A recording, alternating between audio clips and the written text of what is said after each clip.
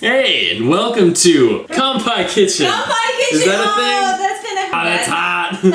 Kanpai Kitchen! Kanpai! Anyway, so while we were watching all the videos getting ready for this week's update with all of our favorite YouTubers, we got so hungry and just the memories of food in Japan started taking over. And one thing that we love from Japan that's super easy to make here stateside is okonomiyaki. Yeah! Now, a lot of people are gonna call okonomiyaki a savory pancake, and I hope I've got some sexy B-roll of our finished product here. That's kind of true. Our favorite method is to make it on a griddle so that you can set the griddle on your tabletop where you're eating and you can have it heating and cooking there. Keep it warm while you're eating it the whole time through. So let's get started. Now, the first thing we're gonna do is build some umami. And this is a word that a lot of people are gonna use when they're talking about Japanese food, and they're gonna say it in a lot of weird ways. Some people are gonna say it meaning only seaweed and just like, it's seaweed taste, it's seaweed taste. It's not seaweed taste, is it? No.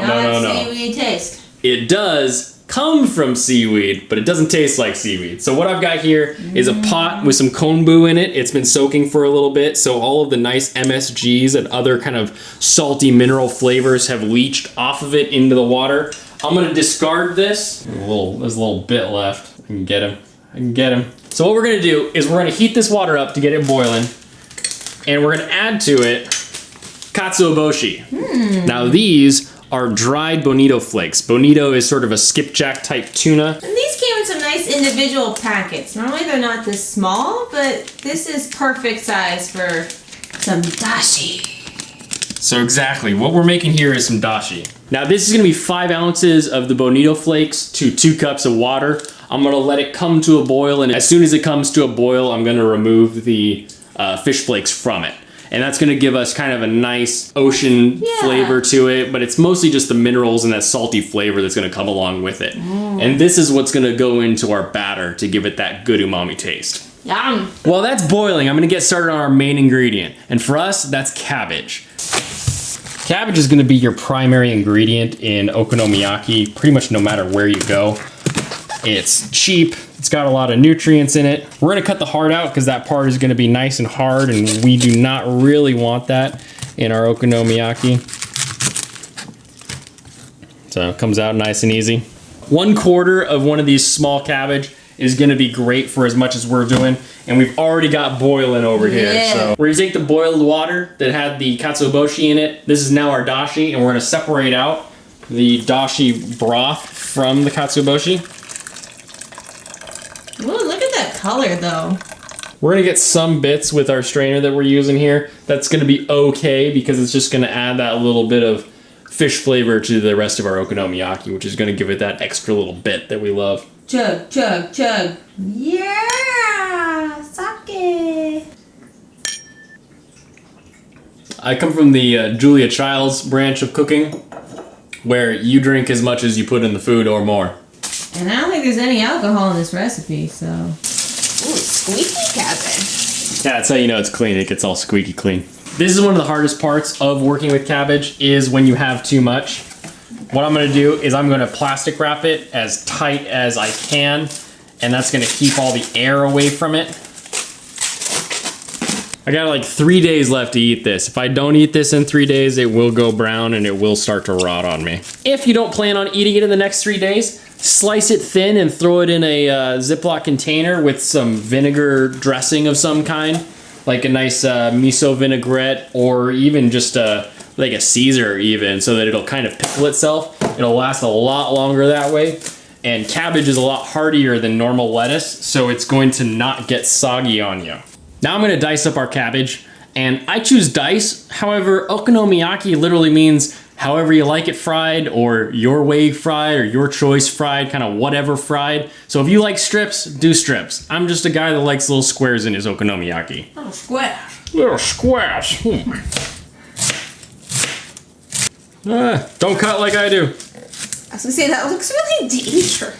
The other thing we're gonna get ready is our green onion. We're just gonna slice these thin, and these are gonna be our topping at the end. But we got time now, so we might as well make use of it.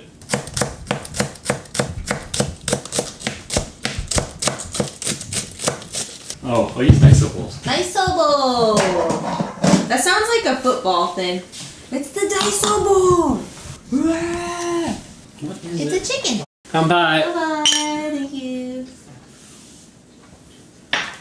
All right, so I finished chopping up 1/4 of the cabbage, and it looks like actually quite a bit of cabbage. So what I'm gonna do first is I'm gonna mix up my batter, and then we'll add the cabbage and kind of gauge, you know, if we need to throw some more in or not. That's the beauty of this, is as long as you get the batter, you're gonna be solid on whatever else you throw in there. And the batter is gonna be 2 cups of the dashi that we just made. So I use a 1:1:1 ratio. So with 2 cups of dashi, that's gonna be 2 cups of flour and 2 eggs. And I just use all-purpose flour. If you have a specific okonomi flour that you like to use, they do sell that. We have a place called Wajimaya in our area that sells a lot of those Japanese goods.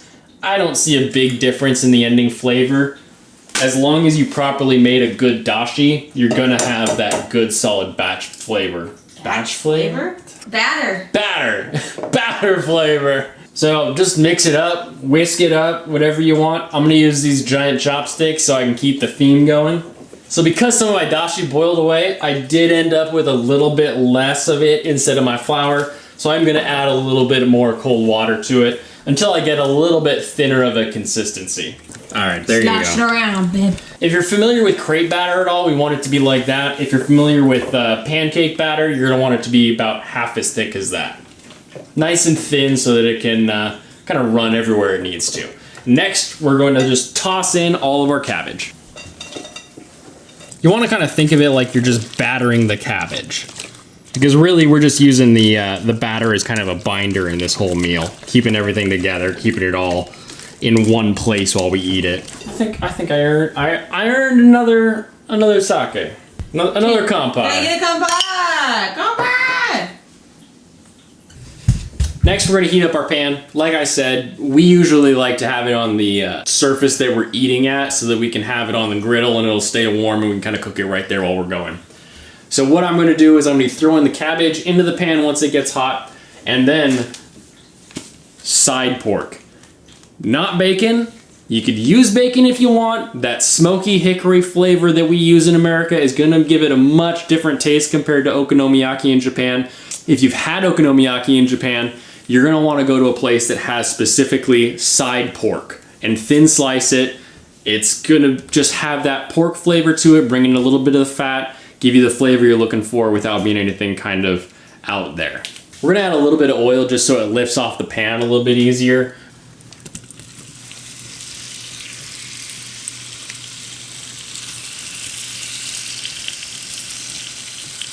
Oh yeah.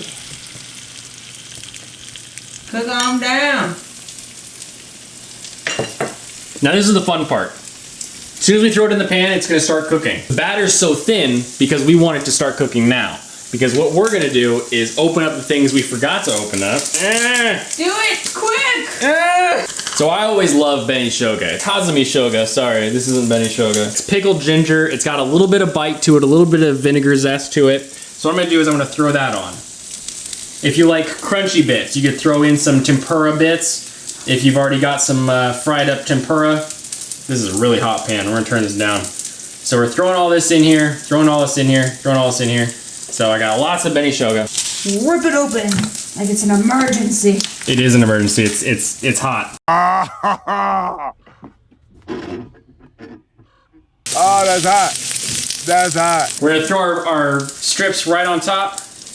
I'm gonna fold them rather than bothering to cut them so that they fit, because I need to get these in here and flip this. The longest spatula you have, if you're making big ones like I just did, and what you wanna do, you wanna get it up to the side, and then just bring it right on over. Wow. He's a professional, you guys. Yeah. Happy New Year. Cheers to the future. Because that's when all of these videos come out. Right now it's very heavy on the pork smell. We've turned our heat almost off. This is a very hot stove that I'm working with, so we want to keep it a little bit lower because we want it to actually cook up into the okonomiyaki. We don't want to cut into it and have it be all battery still in there. We want to actually have it cooked, and we want to have the cabbage a little more limp than not.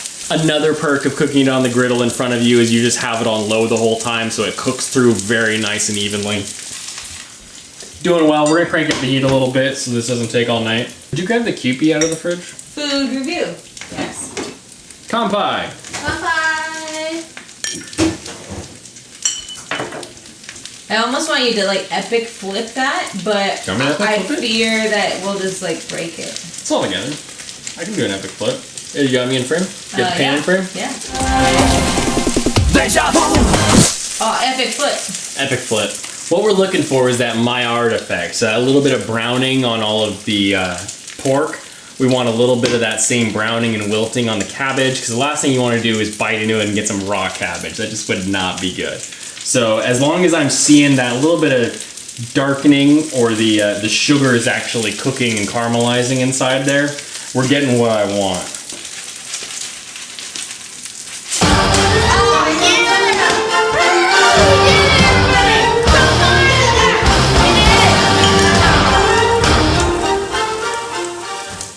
Normally I wouldn't flip okonomiyaki, but this will let you see kind of what we're looking for. So we're getting just a few burnt tips on a little bit of the cabbage. That's indicating to me that the cabbage is starting to get cooked. My pork is all pretty well done at this point. I'm just gonna let it sit here for just another little minute, just so I know it's been cooked through. But it's cabbage, so we don't have to cook the cabbage fully through. So if you like a little bit harder, rougher cabbage when you're chewing, go ahead and grab at it now. Time for plating. You want the pork side on the bottom, okay? Why is that, Blaine?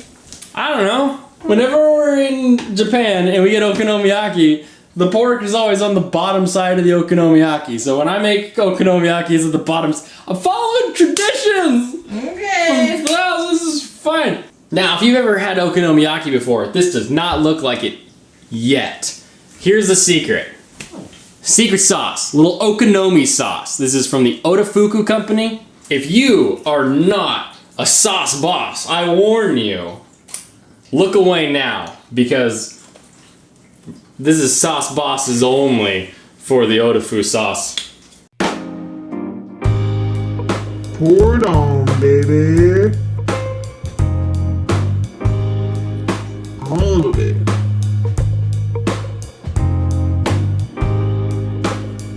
Don't stop. In the same way that pancakes and waffles are really designed to get whipped cream and syrup into your mouth, okonomiyaki is really designed to get Otofuku sauce in your mouth. So every inch of your okonomiyaki needs to be covered in the Otofuku sauce.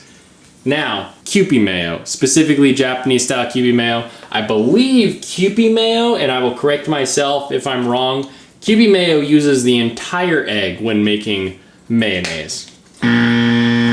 Do either a circular pattern, or we do the line pattern a lot. Delicious.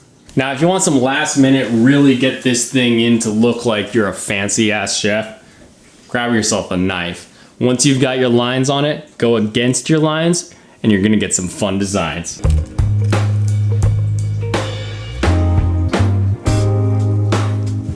She's so pretty. And that's it. That's how you make okonomiyaki.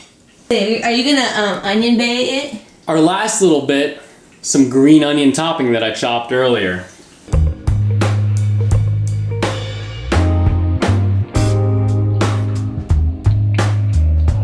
Thanks, onion bay. So that's how you make okonomiyaki. And this was as easy as we got a hankering, we went out, we got some pork, we got some cabbage, and we're done. It's really that simple, it's really that quick. I hope you get to enjoy some yourself, and who knows, maybe we'll make this a recurring segment and have some more food. In the meantime, kanpai. Kanpai, babe. One last minute tip. If you make too much batter and everyone's full, take the batter, throw it in a freezer Ziploc bag or some kind of container and throw it in your freezer. It will keep for months that way. Pull it out, let it thaw, throw it in, and you can have okonomiyaki again. So you can pre-make the cabbage and the batter and have it all ready for whoever's party you're gonna throw, or if you want to just have some okonomiyaki one night. Really easy, really simple. I don't know why it's not already in American freezer sections already. Itadakimasu. いただきます。